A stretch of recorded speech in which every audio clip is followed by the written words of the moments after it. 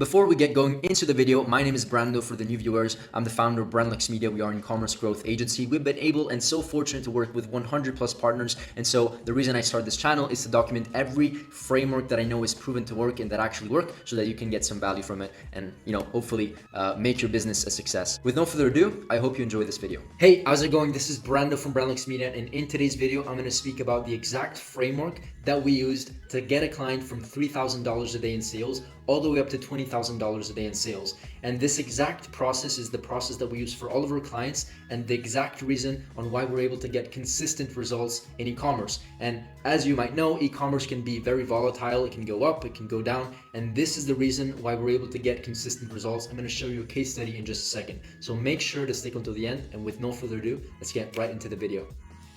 Now, let me just shrink my screen here and show you the proof before we do anything else. Okay, I know that there's a lot of going back and forth in regards to what people say is true, what people say is not true. So let me just show you the proof so you can see the proof with your own eyes. Now, what you're seeing over here, and let me just move myself a little bit over here, is a client. We started working with them. This is, I know this is last year, but I want to show you this case study in particular because this is the perfect example of how we went from, as you can see here, they were doing $2,000, $3,000, $1,000. Like they're kind of on this range, and they were actually getting in the right direction, but then they immediately went down. Okay, and in this video, I'm going to explain exactly how we were able to go from here, this uncertain area, very inconsistent area, all the way up to scaling. As you can see it by yourself, all the way up to $20,000 in sales, almost $19,200. And we were able to keep it pretty consistent. The reason we started scaling down, unfortunately, is because the client was not expecting all of these orders, and we had to scale back because they just couldn't handle the fulfillment. Okay, now they are, let me just refresh before I talk about anything else. So you see this is legit. Cool. Now that we got the proof out of the way, let's get going and let me share my quick diagram. I'm going to bring you through a couple of concepts. As you can see here, I have a bunch of different things to show you. This, right? A bunch of different things. But before I show you these documents that we use internally at the team and the reason why, these are all supporting documents that help us get these results. Let me just bring up the free form over here so we can analyze it together. Now, let's talk about the competitive advantage that got us from $3,000 a day to $20,000 a day in sales, basically overnight. I say overnight because it basically was overnight. It was like within 30 days or not even, like a couple of weeks. Now, let me explain one very important thing before we move on and talk about other things, okay?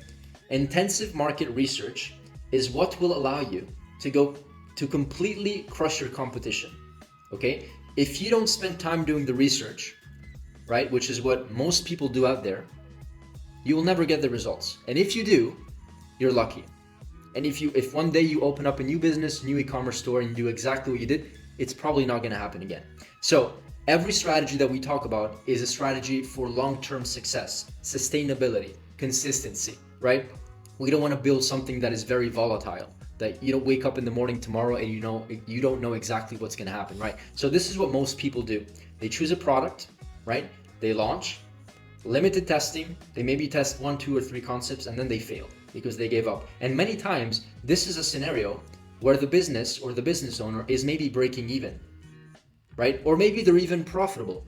But eventually, after 1, 2, or 3 months, heck, even 6 months, they start declining and they fail. This is considered failure for me, right? Even if you're making $100,000 a month, right? But then the next month it's 20K because of these reasons, limited testing, you're a failure in my opinion, right? So don't take it personally, I'm just saying it's a failure in general. Okay, so this is the process we take, how we do it. Okay, we choose a product, we do an intensive research, right? As I say here, I'm gonna explain this in just a second. We do a product, market, and awareness research, right? We launch. Sometimes pretty much it fails, honestly, because we have to test a bunch of different things, but we don't stop testing we do multi-approach testing that we take, that we can only do in the first place because we do this intensive research. If we did not do this intensive research, we would be there kind of like, with our brains in our hand thinking, okay, like, what are we going to do next? But because we did the intensive research, it's a lot easier for us to test multiple different approaches in the future. And this allows us to succeed in the long term, right? Not only the first month. So let's talk about step number 1, product market awareness research. Let's read this together. Most people actually don't spend the time studying the product, the features and the benefits. It sounds, by the way, don't mind my spelling here, but whatever. They don't actually spend time understanding the features and the benefits of the product. I know that it sounds very cliche, but people just have a very, very vague understanding of what they're selling, and they don't fully understand it. So what happens when you don't understand your product, right? And the problems that it solves, you essentially are not able to market it, right? So next, let me read this again. Most people actually don't spend their time studying the product, the features and the benefits. The market, how to approach the market, how to sell to that market, and the awareness. What awareness does the market have of that product? How do we penetrate it? How do we penetrate the market? So most people don't do this. They don't study these 3 things. And because they don't study these 3 things, they don't have the foundations to even do good marketing. And so what I'm showing you here is the, Schwartz groundbreaking 5 levels of customer awareness. And so what this is, and this is foundational for how we do business and how we get results, is that we study the different levels of awareness. People that are most aware, product aware, solution aware, problem aware, and completely unaware. And what we do is that, the problem and why people are not able to get the results is because they start testing and they maybe only test to people that are problem aware, or they only test to people that are solution aware with a particular angle, and they just stop there. While there's a bunch of different angles that are like fundamental, right, to test in order to give yourself the best chance. And just so I show a quick thing over here, and let me switch over, just so I show you a quick document that we use to make all this happen. So what I'm showing you here, let me start with this one over here. So what I'm showing you here is a document that we use internally for all of our clients. So if we onboard a new client, like we onboard you today, I don't have my team do nothing. They do nothing, literally. I tell them to stop doing anything they're doing and just focus on this research, right? So product, market, and awareness research. And so what this document displays is the different levels of awareness and how we can approach, right, that type of persona. As you can notice here, this is avatar customer 1, most aware. Then we have avatar customer 2, product aware. So each individual stage is what we can consider an avatar customer, right? Because they're different types of persona. And what we do is that we understand who they are, most aware. This is avatar number 1. They're basically existing customers, or people that already know who you are and what you do, and what you sell, most likely, right? And so what we want to do is we come up with headlines and angles that are examples. These are just examples, right, of how we can approach them, right? Okay, and by the way, these documents we share in our coaching program. If you want to get access to all these documents that I share, including other resources, access to my time, you can just join. It's like $49 a month, and you can join with the link down below if you're interested, right? Either way, getting back to this, we study exactly at what stages they are. Product aware, they're going to have different angles. For example, for product aware, we notice that having doing an us versus them approach is fundamental. And product aware, let me just explain who they are. This person knows we exist and our benefits, and they're ideal for some sort of retargeting approach. So testimonials, objection handling, authority building, discounts, offers. So it doesn't make sense to show these things, these types of ads, right? Testimonial ads, us versus them ads, to people that are maybe over here or in other stages. So this is what I'm talking about in this example. And then we have solution aware, right? What can they become with your product? Where can they belong? What's the pain?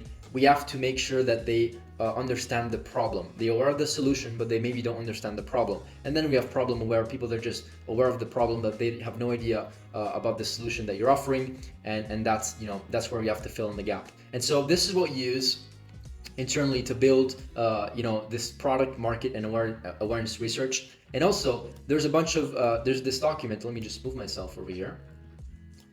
At the end of this document, we essentially have ads that link to the benefits or a direct pitch, right? testimonial ads, scarcity ads. Essentially, this document is very simple. I had it created to my team so that whenever they go over here, they know exactly what type of ads to create, or at least get inspiration from. And this is just one of the documents that we use. You know, these are just some copy of like how to write a good copy for the ads. Here's a direct pitch idea. Essentially, you have the product introduction, and then you just go directly to the pitch and the value proposition of the product, right? And then you have a curiosity trigger. Maybe you ask a question, right? Avatar call out. If you have XYZ experience, whatever, XYZ call out in pain. So it's like, once again, all of these ad copies only make sense once you understand who you are speaking to. Now, one other thing that we do internally, which is very helpful, is that we have a tracking system over here. And so we have most aware copies, product aware copies, solution aware copies, right? Essentially throughout all the stages, right? And what we do is that we keep track of the copies over here. We make sure that we list what angle it is, right? In this case, you know, these are all most aware, right? So we're doing objection handlings, or maybe Black Friday offers, Cyber Monday offers. They are for warm audiences, right? And then for product aware, we have a different angle, like a direct pitch, right? A testimonial, a reaction, right? An emotional angle, right? And all these things, what we do for an organization is that we put all the ad copies over here, and then we have like 3 colors.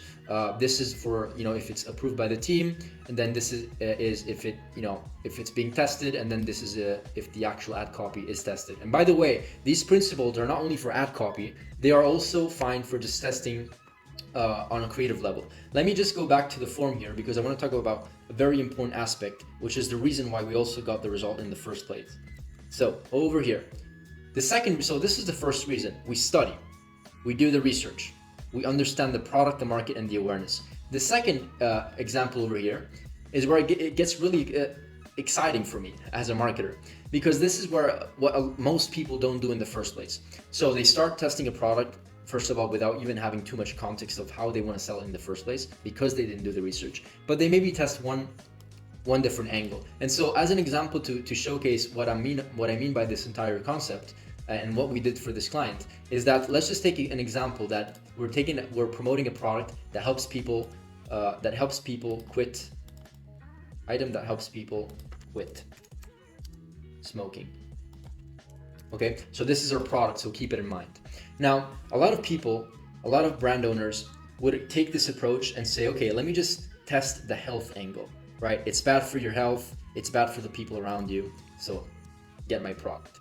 They test it, they launch it, it doesn't succeed, right? They maybe even test something else, and they're like, okay, let me test the aging in appearance type of maybe aging angle. So it makes you look old, or you age faster, right? So these are different angles, and then they stop, right? What we do is that we test basically infinite angles. We come up with a list, a document that has 50 different angle propositions, 50 different angles and approaches that we can approach the market with.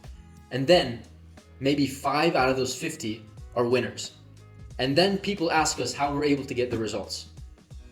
Because we tested 50 different marketing angles. That's how we were able to get the results. It's not that we're way better than you, or we do things. Of course, we have the experience and the track record, and that helps. But it's because we actually take our time to do 2 things: do the research and test marketing angles. And so this is another example of an angle that we would test, right? A relationship. Help your loved one quit. Not many people, think about this type of angle. Let's promote to partners and boyfriends to help their girlfriend smoke, or vice versa, or just keep it general. A lot of people don't even think about these things. And guess what? If this angle makes me $20,000 a month and it's not scalable, just because the market is maybe smaller for that angle, at least we got an extra $20,000 a month in cash flow, right? So guess what? If you test 50 of these, and just do the crazy thing here, we test a bunch of these angles, and even if this one works and it brings me 10K, this one maybe brings me another 10K. This one is a pure winner and it brings me $100,000. It's the most scalable one. This one maybe is a small one, brings me 5K. It's all about this. And so at the end of the day, our ad account is structured by marketing angles, right? Angle 1, where the proven one that brings me $100,000 a month. Then another angle, another campaign that brings me an extra $10,000 a month. So this is, I'm not sure if you understand what I mean by this, but this is how we scale, guys. This is why what we do eventually works.